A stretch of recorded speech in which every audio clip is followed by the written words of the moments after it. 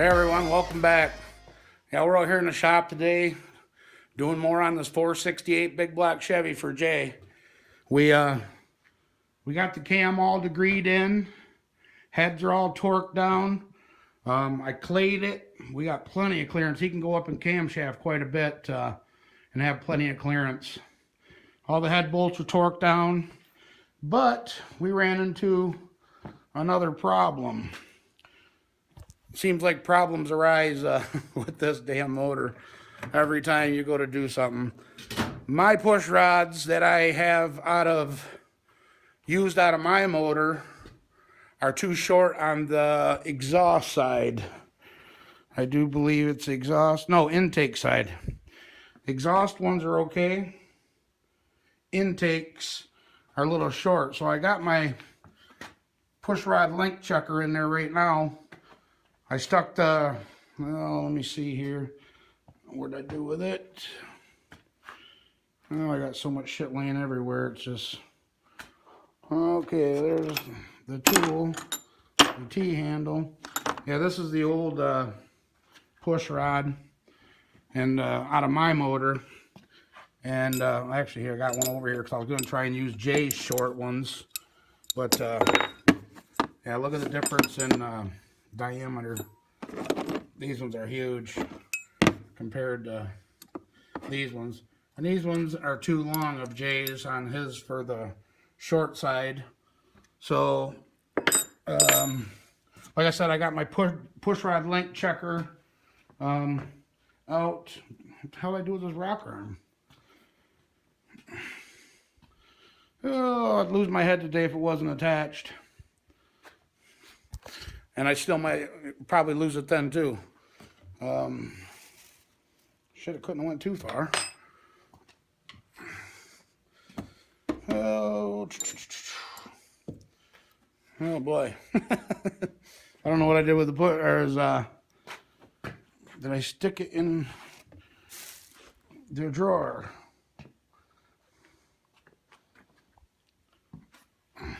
Oh, and there's all the, I had to take the guide plates off to get to these head bolts on each head. So, you know, the head bolts wouldn't clear, so I had to take them guide plates off. But, yeah, that's how much I had on the adjustment. And as you guys can see, I put some gel on here to check. And, you know, to adjust your length on your push rod, you want it at full stroke. Take the valve all the way down and then back up, and it'll leave a mark on the center of your valve. And as you can see, that's money right there. So whatever length, I'm gonna have to get my calipers out, and whatever length this is the length of push rod I'm gonna have to order for the intake side. But yeah, I mean, the cam came out perfect. We were within a half a degree on the cam. One of these days I'll take you guys step by step on the degreeing of the cam. There's lots of videos out there. It's time consuming. I do have a cheat sheet, you know, even for myself, for one, you know, this thing is old as hell.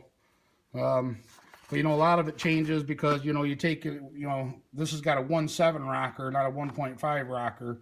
So, but yeah, and your checker springs. I actually got away with not having to use the checker springs.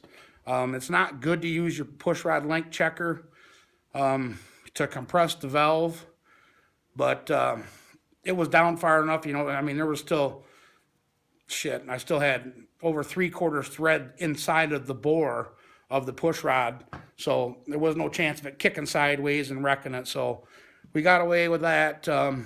Yeah, this thing's pretty much ready to rock and roll, guys.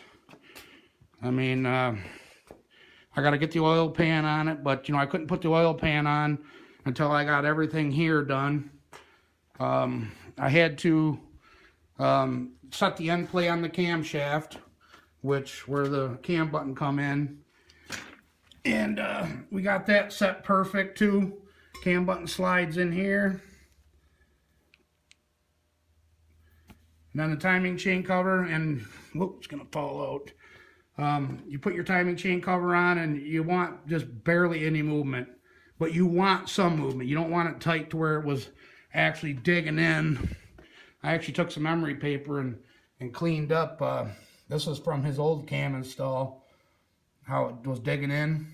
And the cam was, you guys, sorry about that.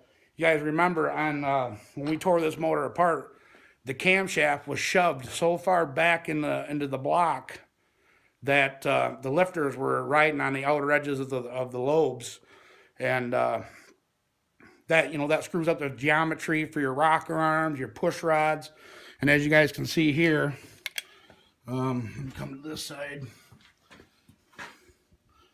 You see, let me see if I can get a good light going on. We're dead nuts in the center of that cam on that. And you guys never want to put assembly lube on the lobes of your camshaft. Never put assembly lube on the lobes of your camshaft. You always put it on the mains of the cam when you're sliding it in. And then if you're doing it before you put the crank in, you can actually reach down and put another layer of assembly lube on before it goes into the final cam bearing.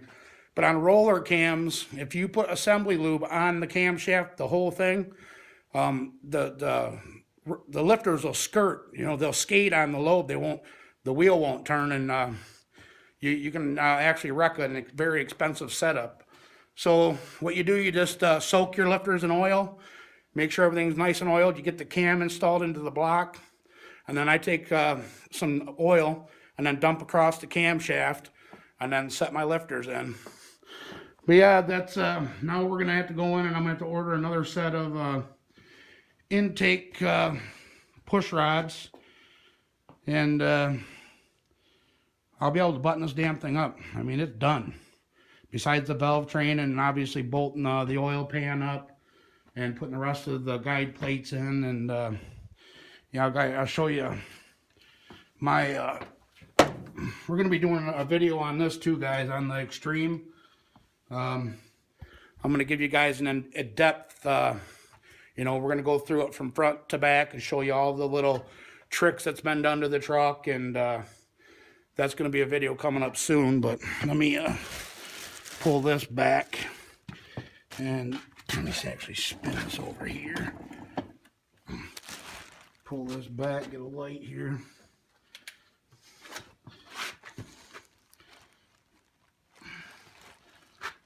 How to go.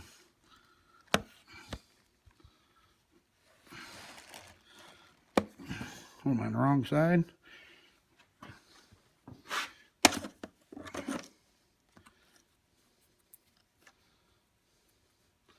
Shit, I rolled the motor over is what I did. Hold tight, guys. Let me get a crank socket on here, and I'll roll it over, and I want to show you that. Yeah, you see on that number one, I think it's an intake lobe. There's a big ass gouge out of it. Like I said, I'm not sure if that's from installation, if he dropped it. But yeah, it gets real deep. I mean, there ain't no way I'm gonna, take a chance and sell that to Jay. I mean, that's not who I am. I'm kind of bummed out about it myself, you know what I mean? Now that I found that issue, I mean, it ain't Ken's fault. Don't get me wrong, guys. Don't leave any negative comments about Ken. Ken had somebody install this camshaft for him. And he was supposedly a reputable, engine builder or whatever, mechanic. And I talked to Ken about it, and he's going to make it right with me on, getting another cam.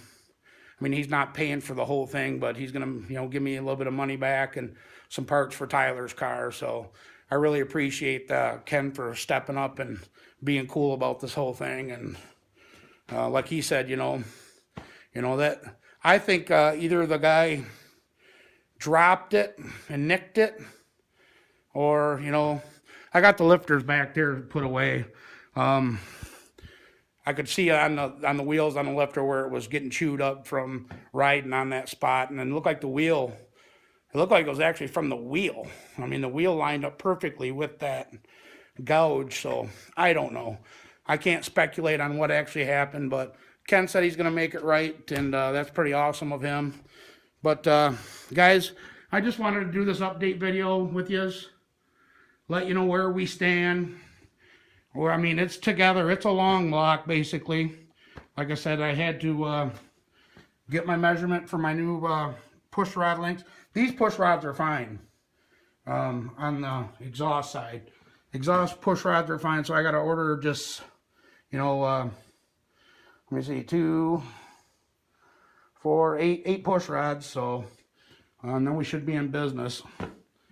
And then I'll be able to get this damn thing back together, buttoned up, and I'll get the rest of the guide plates in, the oil pan on, get the rest of the lifters in. So, but until the push rods come in, I'll probably stick them lifters back in oil. That way nothing gets in them and stuff like that. So we're good to go. But anyways, guys, I just wanted to give you a quick update on the big block, what was happening with it. There it is. I mean, it is together. So once the parts come in, we'll do the final. I might not video, I might. It's hard to say. I don't like keep videoing the same stuff over and over and over, like shit. So it is what it is. But once the new parts come in, we'll do another video when we get it all buttoned up. I'm going to try and use this Dart or this Holley intake. But as you guys can see, on these heads, it takes 3 intake bolts. And my intake that come off of my motor has them 3 bolts. Has the upper bolt. But, and this is a Wieland Track Warrior.